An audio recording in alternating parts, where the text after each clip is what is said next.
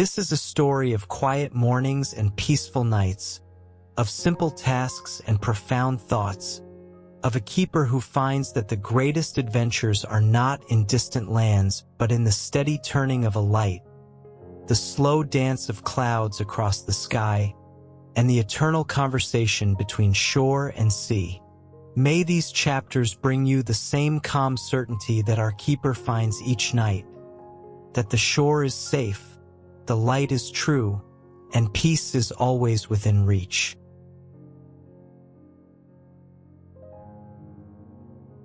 The wind had been soft all day, carrying only the low hush of the sea against the rocks far below.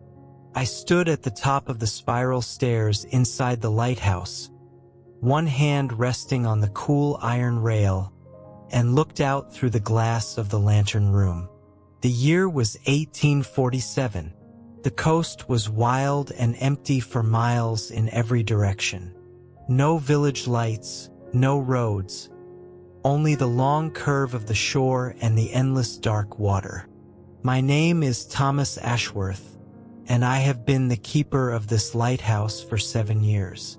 7 years of dawns and dusks, of storms and calms, of the great lens turning and the lamp burning steady. 7 years of learning that the sea speaks in a language older than words, and that the wind carries more than just salt and spray. It carries the memory of every wave that has ever broken upon this shore.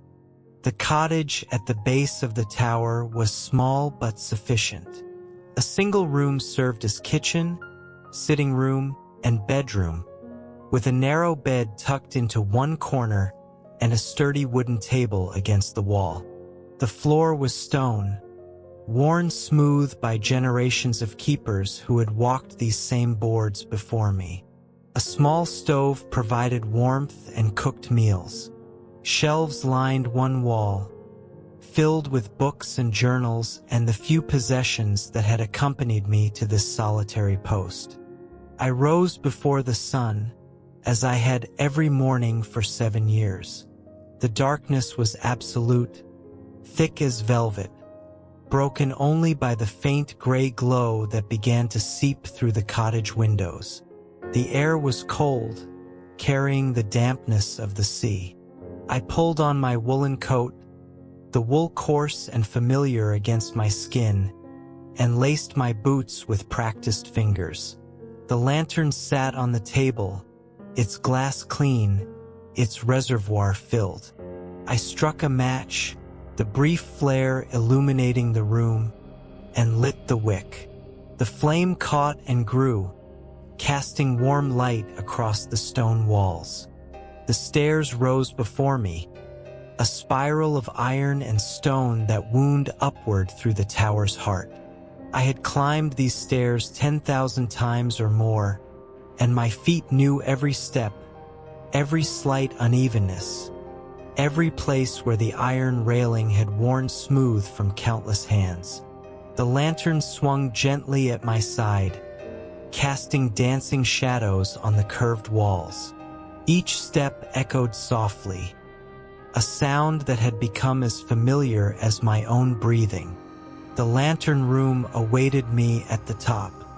The great Fresnel lens dominated the space, a magnificent construction of glass prisms and brass fittings that caught the light and magnified it into a beam visible for miles across the sea. In the darkness of early morning, the lens looked like a giant crystal, waiting to catch the first rays of the coming sun. I set down my lantern and began the ritual that had become the rhythm of my days. First, the lens needed cleaning. Every prism required careful attention, each surface polished until it shone like ice, without a single smudge or speck of dust. I worked with soft cloths, moving slowly around the circular platform, my breath misting in the cold air. The glass was cool beneath my fingers, smooth and unblemished. As I polished, I watched the sky beyond the windows begin to change, the deep black softening to navy, then to a pale gray that promised the coming dawn. The oil lamp required attention next. I opened the brass reservoir, checking the level with the same care I had shown thousands of times before. The oil was golden and clear, poured from barrels that were brought by supply ship twice each year. I filled the reservoir to the proper mark, then trimmed the wick, cutting away the charred edges until the wick stood clean and straight. The clockwork mechanism was wound next, its gears and springs requiring the precise tension that would keep the light turning through the night ahead. I turned the crank slowly, feeling the resistance of the springs, counting the turns by habit until the mechanism was fully wound. When the lamp was ready, I stepped outside onto the gallery that rings the top of the tower. The morning air smelled of salt and wet stone, clean and sharp in my lungs. Gulls wheeled far below, their cries distant and thin in the vast space between sea and sky. The horizon was a line of faint gold against the darker blue, and clouds stretched across the sky like fingers reaching toward the sun. I watched for a long time, my hands resting on the iron railing, feeling the cool metal beneath my palms. The sea stretched endlessly in every direction, its surface alive with the gentle swell that never ceased. Waves rose and fell in slow rhythms, breaking against the rocks far below with a sound that was both constant and always changing. I noted the color of the clouds, pale gray with hints of rose, and the height of the swell, which was moderate, no sign of coming storm. These observations were my own private knowledge, shared with no one but the sea itself. There is no one else to tell, I thought, and felt no sadness in the thought. The light is my only companion, and the sea my only neighbor. In 7 years, I had spoken to perhaps a dozen people. The supply ship crew who came twice a year, the occasional fisherman who sought shelter from a sudden squall. But these encounters were brief, and the silence that followed was always a relief. I had come to this place seeking solitude, and solitude I had found in abundance.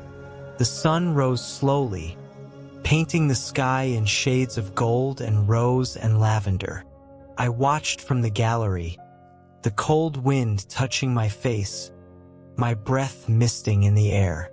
The light grew, spreading across the sea like liquid gold, chasing the darkness back toward the horizon.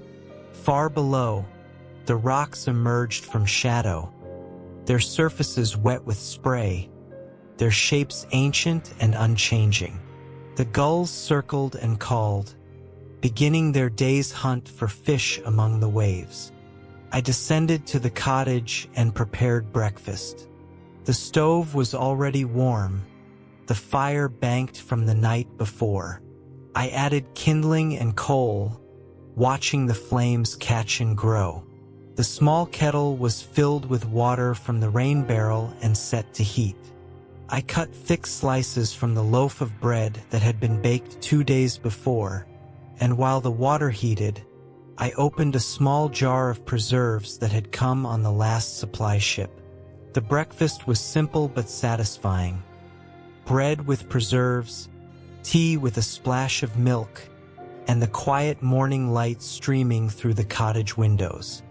The sound of waves was a constant presence, sometimes loud and crashing against the rocks, sometimes a distant murmur like a whispered secret. I ate slowly, savoring each bite, watching the light shift across the room. The cottage was filled with the familiar objects of my life. The worn books on the shelves, the journals filled with my careful handwriting, the maps and charts that showed the coastline in its every curve and inlet. After breakfast, there were tasks to attend to. The cottage required constant maintenance against the salt air and wind. I checked the windows, ensuring the seals were tight, and repaired a loose shutter that had been rattling in the wind.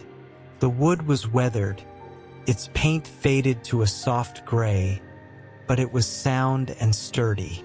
I worked with hammer and nails, my hands finding the familiar motions of repair, while the morning sun climbed higher and the sea continued its endless song. The rain barrel stood at the corner of the cottage, and I carried water inside, filling the pitcher and basin. The water was cool and fresh, collected from the frequent rains that swept in from the sea. Each drop held the taste of clouds, of storms that had crossed vast oceans before arriving here, at the edge of this rocky coast. Midday brought a pause in the work. I cooked a plain meal of fish and bread over the small stove, the fish fresh from the morning catch I had taken from the rock pools. The cooking filled the cottage with warm, savory smells that mingled with the ever-present salt of the sea. I ate slowly, listening to the wind rattling the window panes, feeling the solid comfort of the cottage around me. Afterward, I sat with a book, one of the old volumes of poetry that had come with me from my former life. The pages were worn, the leather binding cracked and soft with age. I opened it to a favorite passage and read by the light that fell through the thick glass of the cottage windows. The words spoke of the sea, of solitude, of the deep peace that comes when one is fully present in a single place, fully alive to the beauty that surrounds them. The sea is a mighty voice, and we are but listeners, I read. Our ears attuned to the eternal song that has no beginning and no end. The afternoon stretched before me, long and quiet. I walked the cliff path that wound along the edge of the headland, feeling the solid earth under my boots, watching the distant crash of waves against the rocks below. The path was worn by my own footsteps, a track that had become as familiar as the stairs I climbed each day. The vegetation was sparse, hardy grasses and low shrubs that clung to the thin soil, their roots gripping the rock against the force of wind and weather. From the edge of the cliff, I could see for miles in every direction. The coastline curved away to the north and south, its contours shaped by eons of wind and wave. Far out to sea, the horizon was a line of perfect straightness, marking the boundary between water and sky. The clouds moved slowly, their shadows racing across the surface of the water like dark ships. Sometimes I would see a ship, a distant speck on the immense canvas of the sea. The sight always filled me with a curious mixture of feelings, a sense of connection to the wider world, and a simultaneous gratitude for the distance that kept that world at bay. The ships passed, heading to distant ports, carrying people and cargo and stories I would never know. And I watched them go, feeling neither loneliness nor longing, but a simple acknowledgement of the vastness of the world and my small place within it. As afternoon faded into evening, I returned to the lantern room. The sky was beginning to soften, the light taking on the gentle colors of dusk. Lavender spread across the western horizon, deepening to pink, then to a rich orange that painted the clouds in brilliant hues. The sea reflected these colors, its surface turning to gold and rose, a shifting canvas of light that changed from moment to moment. I lit the lamp, the flame catching with a soft sound, and adjusted the wick until the light burned steady and bright. The great lens caught the flame, transforming it into beams of light that swept across the water. The clockwork mechanism began its patient turning, the gears meshing with soft precision. A long arm of light swept the sea, vanished, returned, vanished again, a rhythm as steady as breathing. Out on the darkening water, I could see a ship's lantern, small and distant as a star. I watched it for a long time, tracking its progress across the invisible boundary where sea met sky. The light from the lighthouse swept across its path, and I saw it adjust its course slightly, following the guidance of the beam. I watched until it passed safely beyond the headland, its light fading into the greater darkness of the sea. Night settled fully, the stars emerging one by one to take their places in the vast arch of the sky. I stayed a while longer in the lantern room, listening to the soft tick of the clockwork and the deeper rhythm of the waves. The wind had risen a little, singing through the iron framework of the gallery. But it was a familiar song, one I had heard in all its variations over 7 years of keeping watch. I checked the oil one last time, making certain the reservoir was still full and the wick burning clean. The lens was clear, the light bright, the mechanism turning with its steady, reassuring rhythm. Everything was as it should be. I closed the heavy door behind me, the sound of its latch solid and final, and began the long descent of the stairs.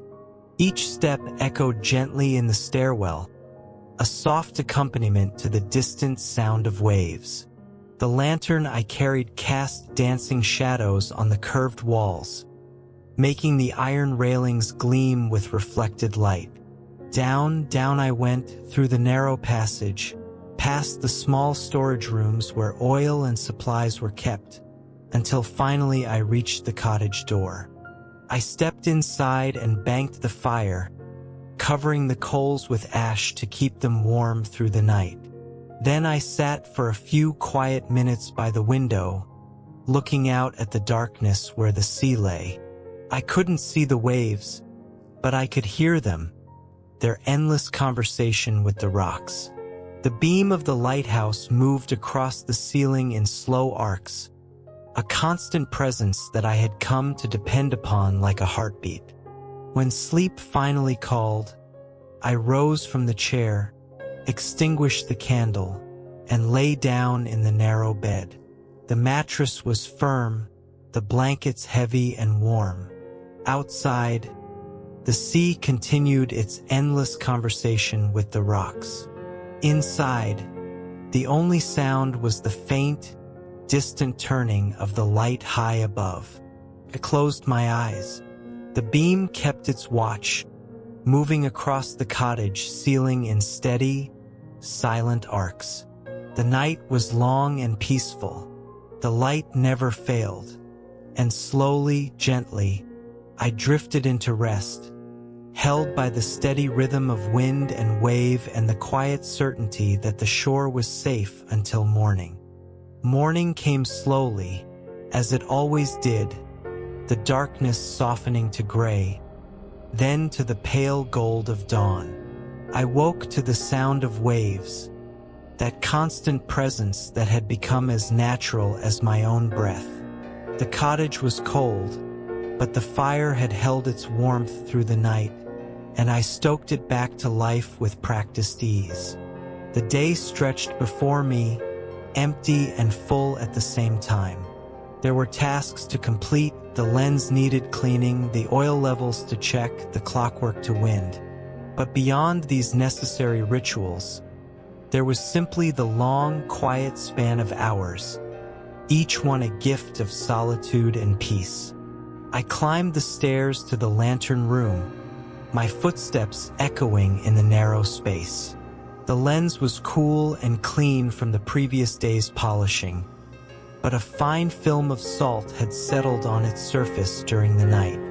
The sea air was relentless, depositing its particles on every surface, and the lens required daily attention to maintain its perfect clarity. I worked slowly, methodically, wiping each prism until it gleamed like crystal. As I worked, I thought about the nature of the sea. It had been my companion for 7 years, a presence that was both constant and ever-changing. The waves that broke against the rocks today were not the same waves that had broken yesterday. Yet the sea remained essentially the same. There was a lesson in this, I thought, something about the nature of permanence and change, about how things could remain the same while being different in every moment. The clockwork mechanism was wound, the lamp trimmed and filled, and the light made ready for the coming night. These were the rhythms that structured my days, the simple rituals that gave shape to the formless hours. There was comfort in repetition, in the knowledge that each day followed the same pattern as the day before, that the light would burn steady and true, that the shore would be safe. I stepped onto the gallery to watch the sunrise. The sky was clear, the horizon sharp and distinct. The sun rose slowly, a golden disk emerging from the sea, casting long shadows across the water. The light was warm, even this early, and I could feel its heat on my face. The gulls were already active, wheeling and calling, their cries echoing against the cliffs. The scene was so familiar that I could have painted it from memory. The curve of the coastline, the pattern of rocks below, the distant horizon.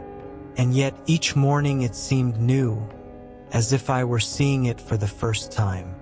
Perhaps that was the secret of contentment, I mused, to see the familiar as if it were new, to find wonder in the ordinary.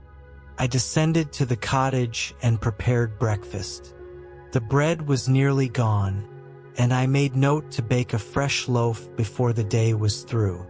The stores were adequate: flour and salt, dried fish and preserves, and I had enough to last until the next supply ship. There was a satisfaction in self-sufficiency, in knowing that I could sustain myself with what the sea and the land provided. The morning passed in simple tasks. I repaired a broken hinge on the cottage door, the metal worn thin by years of wind and salt. The work required concentration, the careful fitting of new parts against old, and I lost myself in the quiet satisfaction of making something whole again. The sound of my hammer was rhythmic, a counterpoint to the constant music of the waves. At midday, I took my meal on the cliff path, sitting on a flat rock that overlooked the sea. The wind was gentle, and the sun warm on my face. I ate slowly, watching a fishing boat far out on the water. The boat was small, a dark shape against the blue, and I wondered about the fishermen who crewed it, their lives, their families, the stories they would tell of the day's catch. I felt no envy for their company, only a mild curiosity, a recognition that their lives existed alongside mine, separate and parallel. After the meal, I walked along the cliff path, exploring the small coves and inlets that dotted the coastline. The rocks were rough and worn, their surfaces covered with barnacles and seaweed. In the tidal pools, small creatures lived out their brief lives. Anemones waving their tentacles, crabs scuttling for cover, tiny fish darting through clear water. I crouched down to watch, my breath held, marveling at the miniature world that existed within the rock pools. The afternoon passed slowly, the hours marked by the movement of shadows across the land. I gathered driftwood from the shore, pieces smoothed and shaped by the sea, and stacked them near the cottage for kindling. The wood was silver gray, its surfaces worn to a satin smoothness, and I felt a quiet pleasure in handling it, in the contrast of its smoothness against my rough palms. As the light began to fade, I returned to the tower to light the lamp. The ritual was as familiar as breathing, each motion practiced and precise. The flame caught, the lens caught the light, and the beam began its patient sweep across the darkening sea. I watched from the gallery as the sky changed from lavender to deep blue to black, as the stars emerged to take their places in the heavens. That night, I stayed longer than usual in the lantern room. The clockwork ticked its soft rhythm, and the beam swept its constant arc.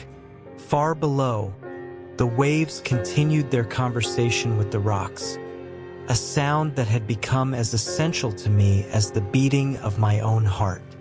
I thought about the keepers who had come before me, the men who had kept this light burning through storms and calms, through war and peace, through seasons of loss and seasons of contentment.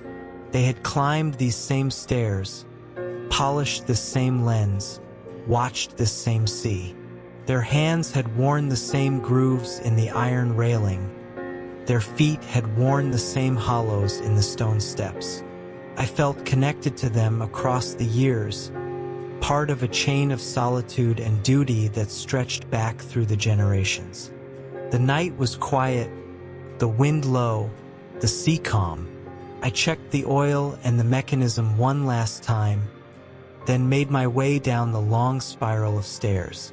The cottage was warm and welcoming, the fire still glowing in the stove.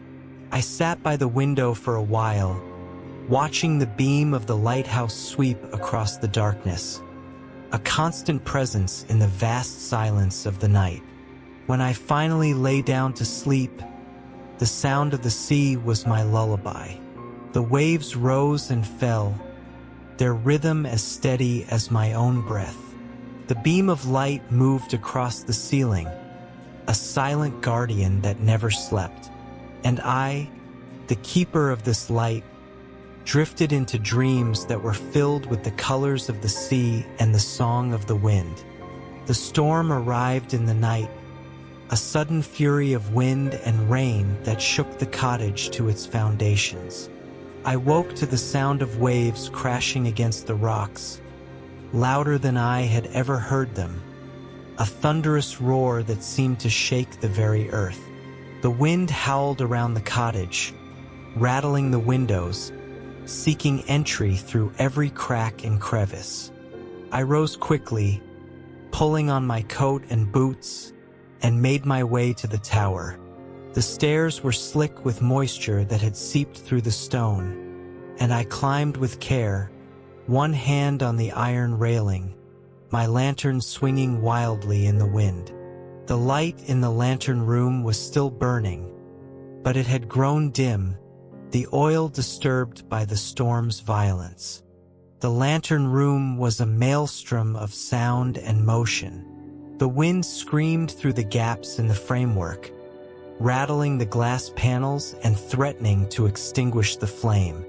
The great lens was covered with salt spray and moisture, its prisms obscured by the storm's fury.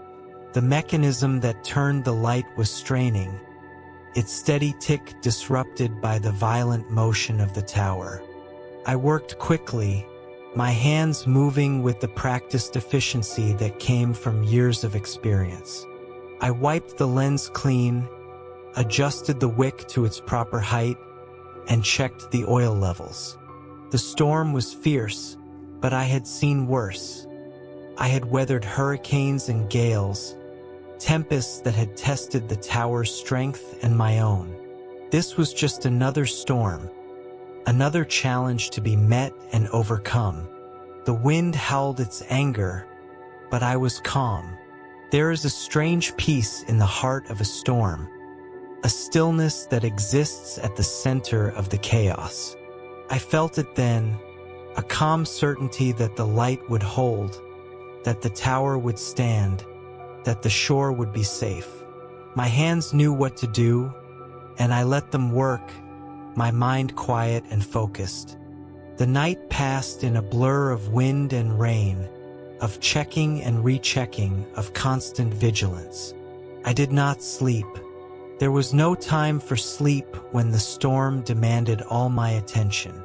I stayed in the lantern room, watching the light sweep its desperate arc across the raging sea, hoping that somewhere out there, a ship was following its guidance to safety. Dawn came slowly, the sky gradually lightening from black to gray to a pale, watery yellow. The storm was beginning to ease, its fury spent, its rage fading to a tired mutter of wind and rain. I watched from the gallery as the clouds began to break, revealing patches of blue sky. The sea was still rough, great waves rolling in from the horizon, but the violence had passed. The worst was over. I made my way down the stairs, my body aching from the long night of vigil. The cottage was still standing, its walls damp but solid. The fire had gone out, and the room was cold, but I was too tired to care. I slumped into a chair by the window, watching the last of the storm clouds drift away, feeling the first warmth of the sun on my face. There would be repairs to make, windows to check, leaks to patch, supplies to inventory. But that could wait. For now I needed rest. I needed the simple peace of sleep, the knowledge that the storm had passed and the light had held. I lay down on the narrow bed, still in my coat and boots, and closed my eyes. The sound of the sea was quieter now, its fury spent, its voice gentle once again. The beam of the lighthouse still swept its steady arc, a constant presence even in the daylight. And I, the keeper of this light, slept the sleep of exhaustion and relief, held by the rhythm of the waves and the certainty that the shore was safe. When I woke, the afternoon sun was streaming through the windows. The storm was a memory, the sky a clear, brilliant blue. I rose and went about the business of repair, checking the windows, patching the leaks, restoring the cottage to its proper order.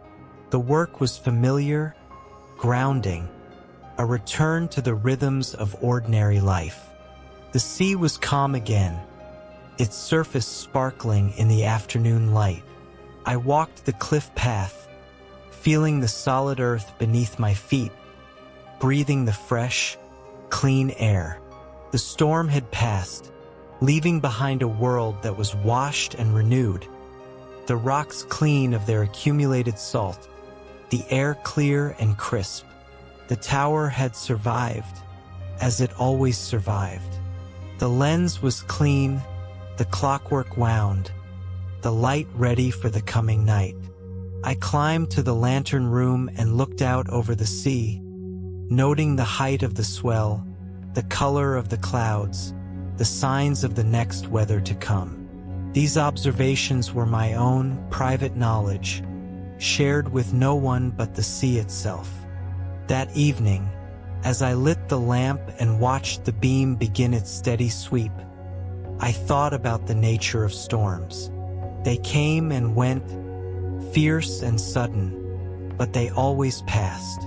The sea remained, the land remained, the light remained. There was comfort in that knowledge, the understanding that even the worst storms eventually fade, that the calm always follows the chaos. I slept well that night, the sound of the waves a gentle lullaby. The storm was over, the light was burning steady, and I, the keeper of this light, was at peace.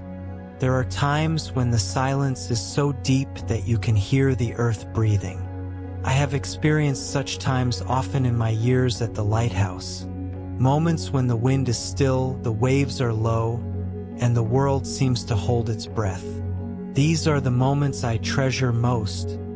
The times when the solitude becomes not an absence of sound, but a presence of its own kind. The morning was one such time. I woke to a world that was utterly still, the air heavy and quiet, the sea a vast mirror reflecting the pale gray of the sky. The gulls were silent, their cries absent. Even the wind, that constant presence, had fallen still. I rose and made my way to the tower, my footsteps echoing in the unnatural stillness. The lens was clean, the oil levels sufficient, the clockwork wound.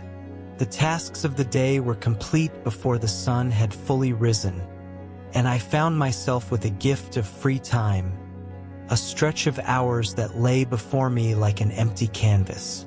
I sat on the gallery, looking out over the mirror-smooth sea. The sky was overcast, the clouds a uniform gray that stretched from horizon to horizon. The world was monochrome, a study in grays and silvers that was beautiful in its simplicity. I watched the clouds drift slowly, their motion almost imperceptible, and felt a deep, uncomplicated peace. The silence was complete. I could hear my own heart beating, the soft sound of my breath, the rustle of my coat as I shifted position. These small sounds seemed amplified in the stillness, each one a mark of my presence in this vast and quiet world. I thought about the nature of silence, how it is often misunderstood as emptiness, a void waiting to be filled. But silence is not empty. It is full of possibility, full of meaning, full of the quiet presence of the world that speaks without words. In silence, I could hear the earth breathing. I could feel the slow pulse of the sea. I could sense the patient turning of the lighthouse beam, even in the daylight when it was not needed. The hours passed slowly, each one a gift. I read from my worn volume of poetry, the words seeming more significant in the deep quiet. I wrote in my journal, my pen scratching across the page, the only sound in the stillness. I walked the cliff path, my footsteps soft on the grass, and watched the silver sea stretch endlessly toward the horizon. At midday, I ate a simple meal of bread and cheese, the flavors seeming richer in the absence of distraction. The silence had a taste, I realized, a clean, clear taste like pure water, like the air after a storm. It was a taste I had come to love, a flavor that was as much a part of my life as the salt air and the sound of waves. The afternoon brought a gradual change. A breeze began to stir, gentle at first, then stronger, bringing with it the sound of waves beginning to move. The surface of the sea rippled, the mirror cracking into 1,000 dancing light. The gulls returned, their cries filling the air with music. The world was waking from its silent dream. I watched the transformation with quiet appreciation. The silence was not lost but transformed, the stillness giving way to movement, the quiet to sound.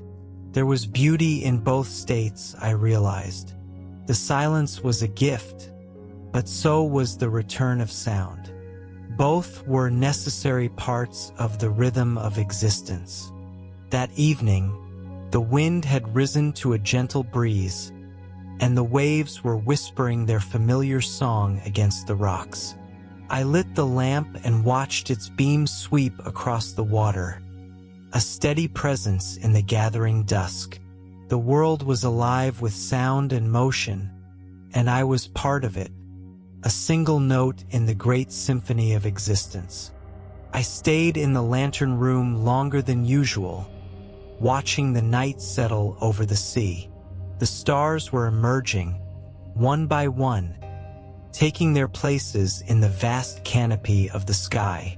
The moon was a thin crescent, its light silver and faint, and the sea reflected its glow in a path of trembling light.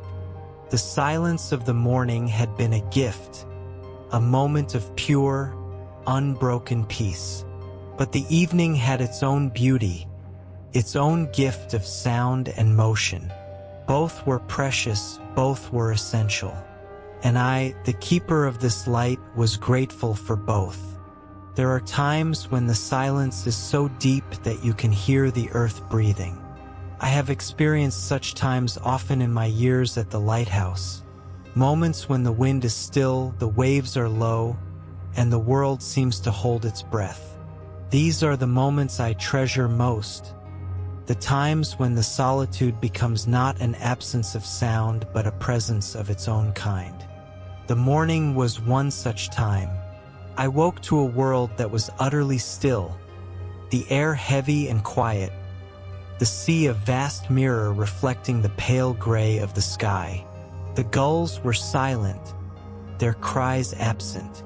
Even the wind, that constant presence, had fallen still.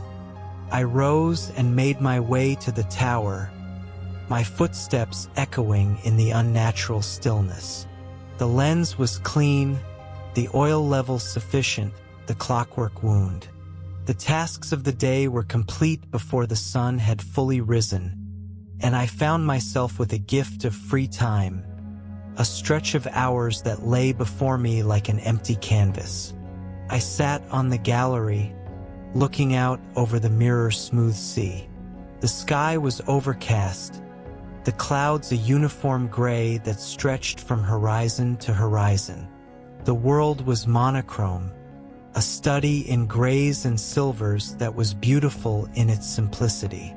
I watched the clouds drift slowly, their motion almost imperceptible, and felt a deep, uncomplicated peace. The silence was complete. I could hear my own heart beating, the soft sound of my breath, the rustle of my coat as I shifted position. These small sounds seemed amplified in the stillness, each one a mark of my presence in this vast and quiet world. I thought about the nature of silence, how it is often misunderstood as emptiness, a void waiting to be filled. But silence is not empty. It is full of possibility, full of meaning, full of the quiet presence of the world that speaks without words. In silence, I could hear the earth breathing. I could feel the slow pulse of the sea. I could sense the patient turning of the lighthouse beam, even in the daylight when it was not needed. The hours passed slowly, each one a gift. I read from my worn volume of poetry, the words seeming more significant in the deep quiet. I wrote in my journal, my pen scratching across the page, the only sound in the stillness. I walked the cliff path, my footsteps soft on the grass, and watched the silver sea stretch endlessly toward the horizon. At midday, I ate a simple meal of bread and cheese, the flavors seeming richer in the absence of distraction. The silence had a taste, I realized, a clean, clear taste like pure water, like the air after a storm. It was a taste I had come to love, a flavor that was as much a part of my life as the salt air and the sound of waves. The afternoon brought a gradual change. A breeze began to stir, gentle at first, then stronger, bringing with it the sound of waves beginning to move. The surface of the sea rippled, the mirror cracking into 1,000 dancing light. The gulls returned, their cries filling the air with music. The world was waking from its silent dream. I watched the transformation with quiet appreciation. The silence was not lost but transformed, the stillness giving way to movement, the quiet to sound. There was beauty in both states, I realized. The silence was a gift, but so was the return of sound. Both were necessary parts of the rhythm of existence. That evening, the wind had risen to a gentle breeze, and the waves were whispering their familiar song against the rocks. I lit the lamp and watched its beams sweep across the water, a steady presence in the gathering dusk. The world was alive with sound and motion, and I was part of it, a single note in the great symphony of existence. I stayed in the lantern room longer than usual, watching the night settle over the sea. The stars were emerging, one by one, taking their places in the vast canopy of the sky. The moon was a thin crescent, its light silver and faint, and the sea reflected its glow in a path of trembling light. The silence of the morning had been a gift, a moment of pure, unbroken peace. But the evening had its own beauty, its own gift of sound and motion. Both were precious, both were essential. And I, the keeper of this light, was grateful for both. Winter came slowly, the days growing shorter, the nights longer and colder. The storms of autumn gave way to the deep cold of winter, and the sea took on a darker, more somber hue. The gulls departed, seeking warmer climates, and the cliffs were silent save for the constant whisper of the waves. I had long ago learned to prepare for winter. The cottage was sealed against the cold, the fire always burning, the supplies carefully rationed. The lighthouse required even more attention during the dark months, the lamp burning longer, the lens needing more frequent cleaning against the salt spray of winter storms. But there was a beauty in winter that I had come to appreciate. The starkness of the landscape, the clarity of the air, the deep silence that fell when the wind was still. I found myself contemplating the nature of existence, the meaning of my solitary life, the patterns of light and dark that structured my days. One evening, as I sat by the fire, I took out my journal and began to write. The words came slowly at first, then more easily, as if they had been waiting for this moment of quiet expression. Winter is the time of deep reflection, I wrote. The world sleeps, and in its sleep it dreams. I am part of that dream, a single consciousness in the vast dreaming of the earth. The light I tend is a dream of safety, a promise in the darkness. The sea I hear is a dream of eternity, a rhythm that has no end. I have been here for 7 years now, and I have learned much. I have learned that solitude is not loneliness, but a form of companionship with the world. I have learned that the light is not just a beacon for ships, but a beacon for the soul, a reminder that even in the darkest night, there is hope. The sea has taught me patience. It has taught me that there are things beyond my control, forces greater than myself that shape the world. I can only tend my light, keep it burning steady, and trust that it will guide those who need it through the darkness. I have also learned that the world is beautiful, even in its harshest moments. The winter storms, the howling wind, the spray that freezes on the lighthouse glass. These are not obstacles to be overcome, but expressions of a power that is both terrible and beautiful. I closed the journal and sat for a long time in the firelight. The cottage was warm, the fire crackling gently, the wind a distant murmur outside. The light from the tower swept across the ceiling in its steady arc, a constant presence that had become as essential to me as my own breath. I thought about the spring that would come, the renewal of life that followed the dead of winter. The gulls would return, the flowers would bloom, the sea would warm. But for now, there was winter, and there was contemplation, and there was the deep peace of the quiet season.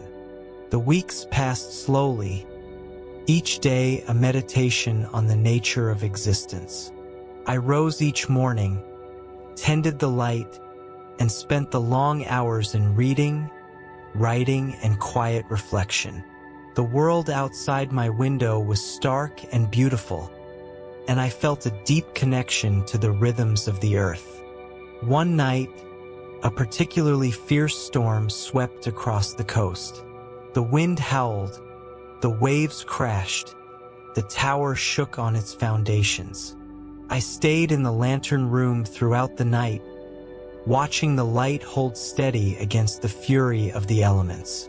The lens was covered with salt spray, but the light still burned, its beam cutting through the darkness like a sword. The storm passed, as all storms do, leaving behind a world washed clean. I walked the cliff path the next morning, breathing the fresh air, feeling the solid earth beneath my feet. The sea was calm, its surface gently rolling, the sky a brilliant blue. It was a new world, and I was part of it. The winter was drawing to a close, the days growing longer, the cold gradually easing. The gulls would return soon, and the supply ship would come, bringing news of the outside world. But for now, there was this, the quiet end of winter, the first hints of spring, and the deep contentment of a life lived in harmony with the sea. Spring came slowly, coaxing the world out of its winter sleep. The first signs were subtle, a faint green tinge to the grass, a warmth in the air that had been absent for months, the return of the gulls to their nesting places on the cliffs. Each day brought new evidence of the earth's awakening, and I watched it all with the quiet wonder of one who has learned to appreciate the small miracles of existence. The lighthouse required its own spring renewal. The accumulated salt of the winter storms had to be cleaned away, the mechanisms inspected and oiled, the windows washed until they sparkled in the sunlight. It was a time of preparation, of making ready for the busy months ahead. I began each morning with the familiar routine, the lens cleaning, the oil checking, the winding of the clockwork. But there was a lightness to my steps now, a sense of anticipation that had been absent during the dark months. The light was the same, the tasks unchanged, but the world around me was transforming, and I transformed with it. The cliff path was carpeted with new growth, the hardy grasses pushing through the thin soil, the first wildflowers opening their petals to the sun. I walked the path each day, noting the changes, watching the slow unfolding of the spring. The rocks were still dark and weathered, but their edges were softened by the green that surrounded them. One afternoon, I climbed to the top of the tower and looked out over the sea. The horizon was clear, the sky a perfect blue, the water a deep, rich green. Far out on the water, I could see ships. Not just one or two, but several, their white sails bright against the blue. The spring had brought the sea back to life, and the ships had returned. I thought about the pattern of my life, the rhythm of seasons that defined my existence. The winter of contemplation, the spring of renewal, the summer of activity, the autumn of harvest. Each season had its gifts, its lessons, its beauty. I had learned to embrace them all, to find contentment in the changing patterns of the world. The supply ship arrived on a calm, bright day, its sails full of the gentle breeze. I watched it approach from the tower, feeling a mixture of anticipation and reluctance. The ship brought supplies, yes, but it also brought news of the outside world, reminders of a life I had left behind. The captain, a man named James Morrison, had been making the lighthouse run for years. He greeted me with a warm handshake and a friendly smile, his crew unloading the barrels and crates with practiced efficiency.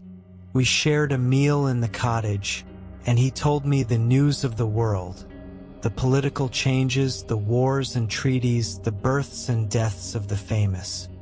I listened politely, but my heart was not in it. The world of men seemed so distant, so irrelevant to my life on the cliffs. The only news that mattered was the news of the sea, the report of the season's weather, the predictions of storms to come. These were the things that affected my life, that shaped my days and my nights. The captain understood, as he always did. He had seen many lighthouse keepers over the years, and he knew that they lived in a world apart from the world of men. He gave me the necessary information, the supplies I needed, and then took his leave, sailing away with the afternoon tide. I watched the ship until it disappeared over the horizon, then turned back to my work. The supplies needed to be stored, the cottage needed to be put in order, the light needed to be tended. There was always work to be done, and I was grateful for it. Work gave structure to my days, purpose to my existence. The spring continued its slow unfolding, each day bringing new signs of life and growth.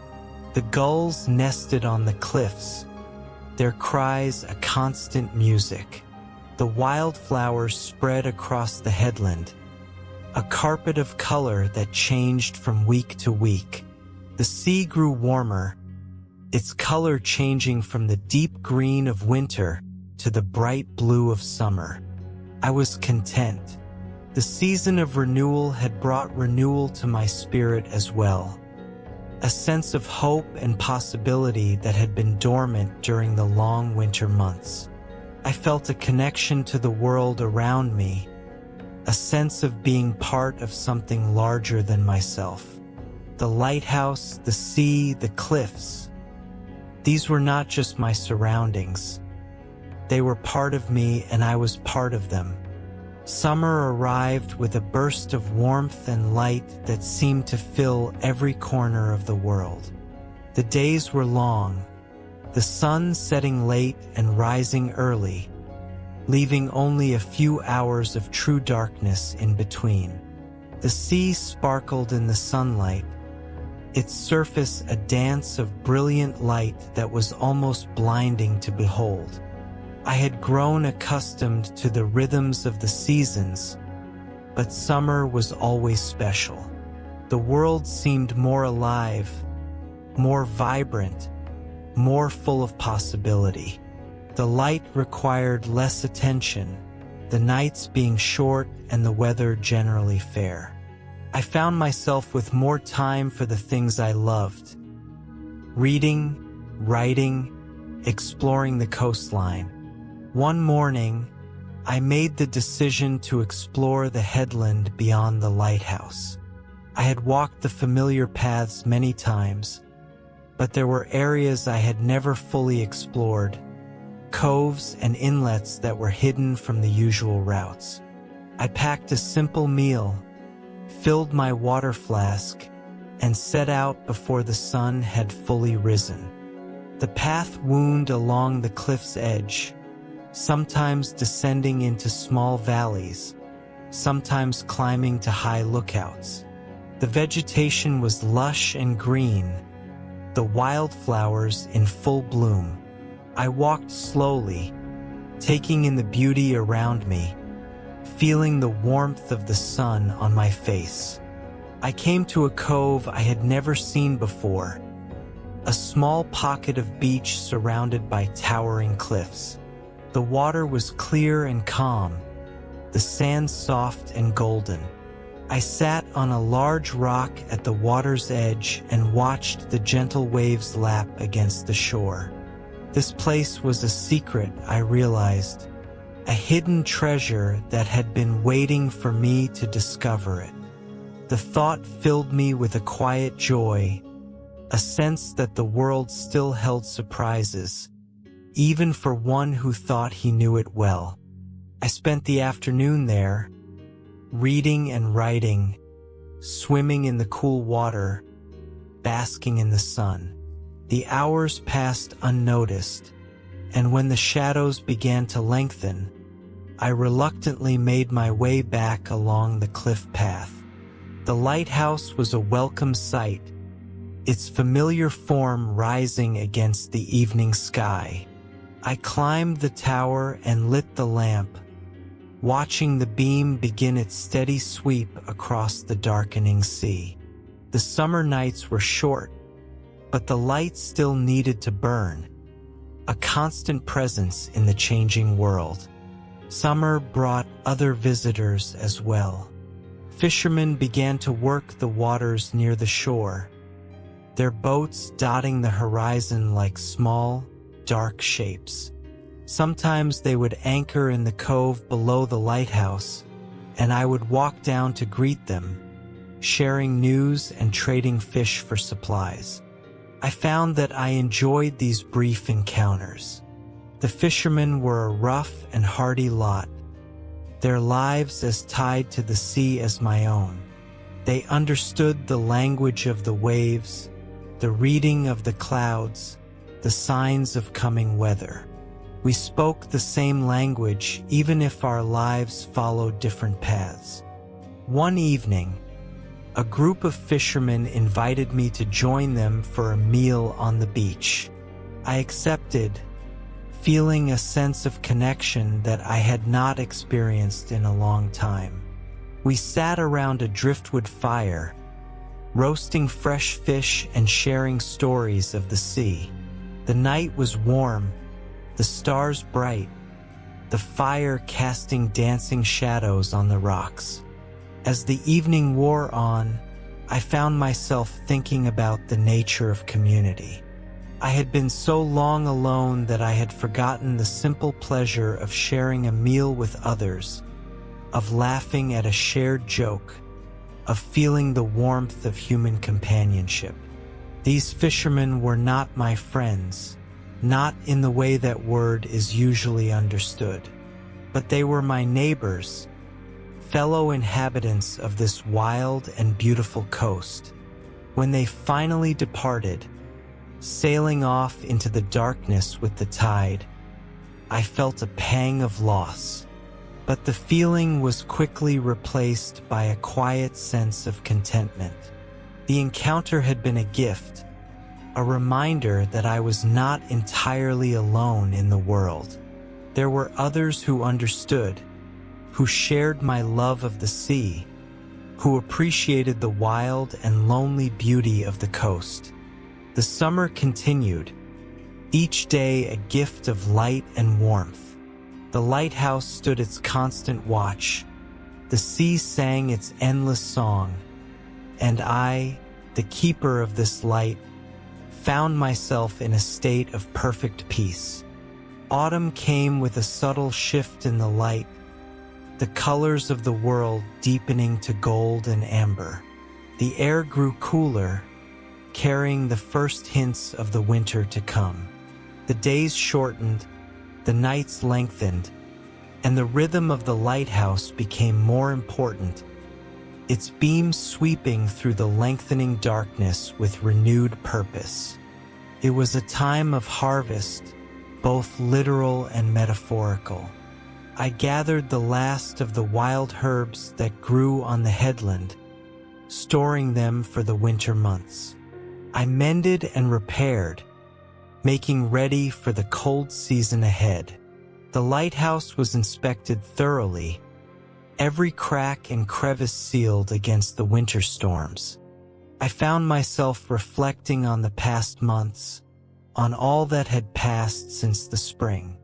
The year had been a good one, filled with quiet pleasures and moments of deep contentment. I had grown in ways I had not anticipated, my solitude deepening my connection to the world around me. One afternoon, as I walked the cliff path, I came across a feather from a gull, white and perfect, lying on the grass like a gift.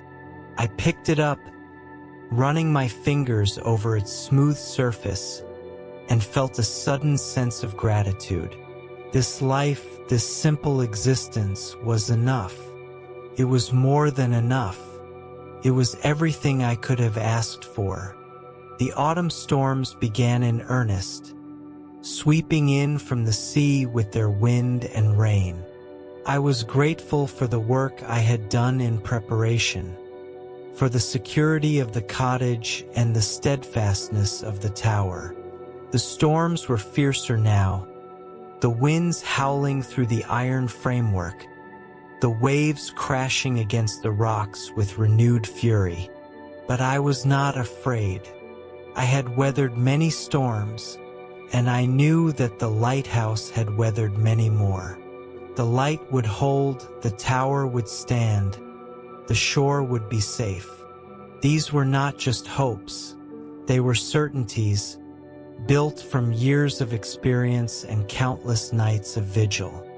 One evening, in the midst of a fierce gale, I climbed to the lantern room and stood watching the light sweep across the raging sea. The lens was covered with spray, the mechanism straining, but the light still burned bright. Far out in the darkness, I could see the lights of a ship, following the beam that guided it to safety. I watched until the ship passed safely beyond the headland, then turned to check the oil levels. The reservoir was still full, the wick burning clean. I wound the clockwork mechanism, its gears turning with their steady, reassuring rhythm. The storm raged on through the night, but I was at peace. The light was burning, the tower was standing, and I was doing what I had been born to do. There was no other place I would rather be, no other life I would rather live. The autumn storms passed, giving way to the deep cold of early winter. The gulls departed again, the cliffs grew silent, and the world settled into its season of rest. I sat by the fire in my cottage, watching the beam of the lighthouse sweep across the ceiling, feeling the familiar comfort of its steady presence. I had been the keeper of this light for 7 years now, 7 years of dawns and dusks, of storms and calms, of the great lens turning and the lamp burning steady. 7 years of learning that the sea speaks in a language older than words, that the wind carries more than just salt and spray, and that solitude is not loneliness but a profound and sacred companionship. I thought about the keepers who had come before me, their faces lost to time but their spirits still present in the worn stairs and the smooth iron rail. I thought about the keepers who would come after me, their lives still unknown but their purpose unchanged. We were all part of the same chain, a link in the eternal tradition of keeping the light. The night was deep and quiet, the sea calm, the sky clear and full of stars.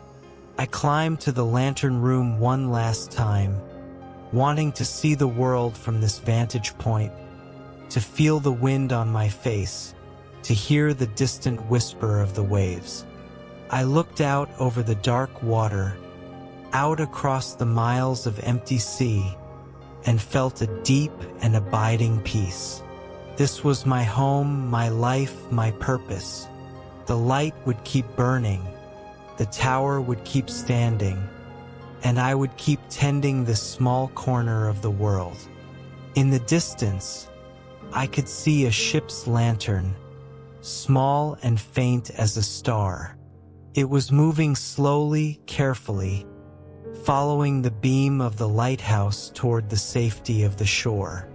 I watched it pass, and when it was gone, I stood for a long time in the silence of the lantern room, feeling the deep rhythm of the waves and the steady turning of the light. The mechanism ticked softly, the flame burned bright, the beam swept its patient arc across the darkness.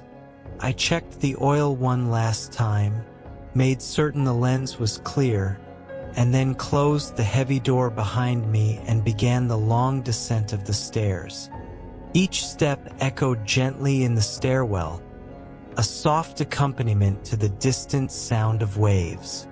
The cottage waited below, warm and welcoming, its fire still glowing, its windows reflecting the steady sweep of the lighthouse beam.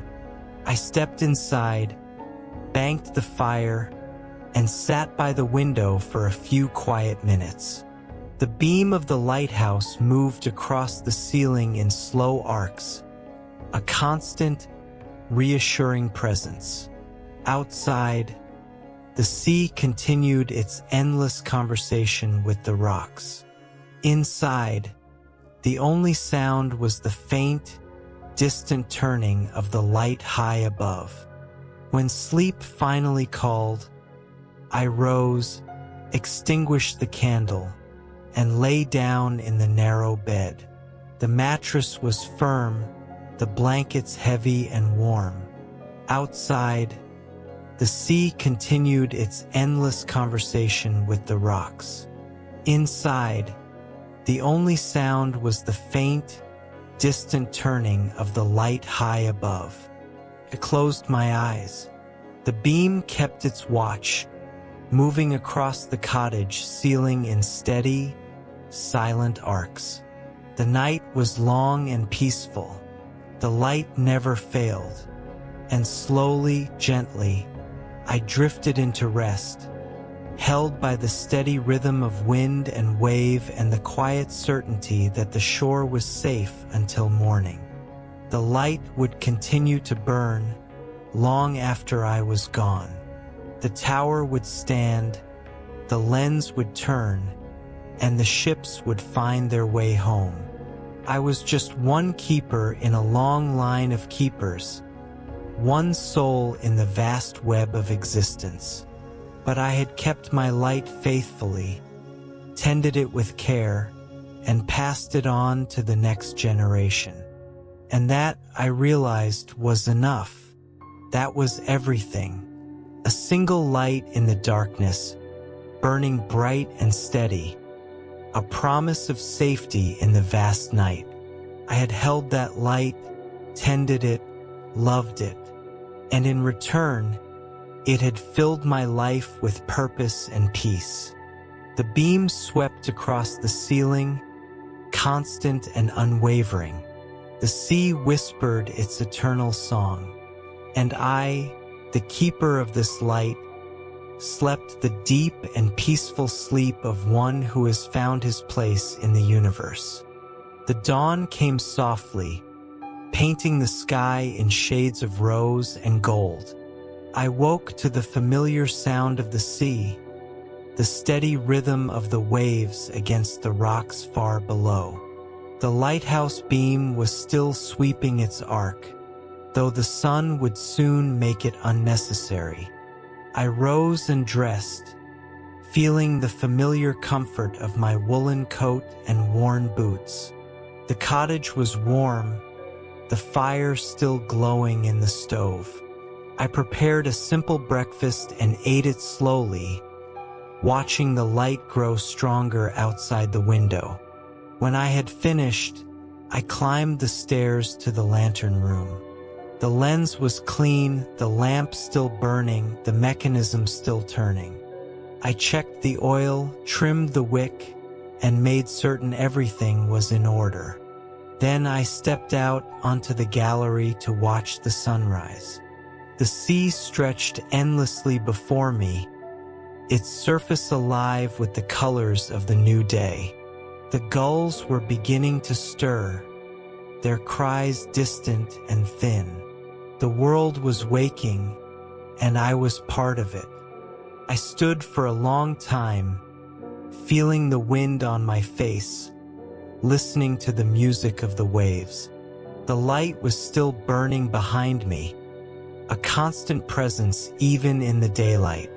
It would keep burning, through this day and the next, through storms and calms, through seasons of darkness and seasons of light.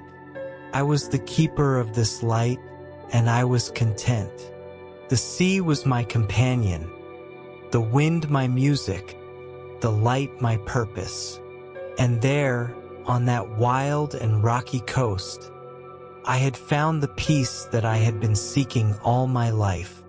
The shore was safe, the light was true, and I, Thomas Ashworth, lighthouse keeper, was finally, completely at peace.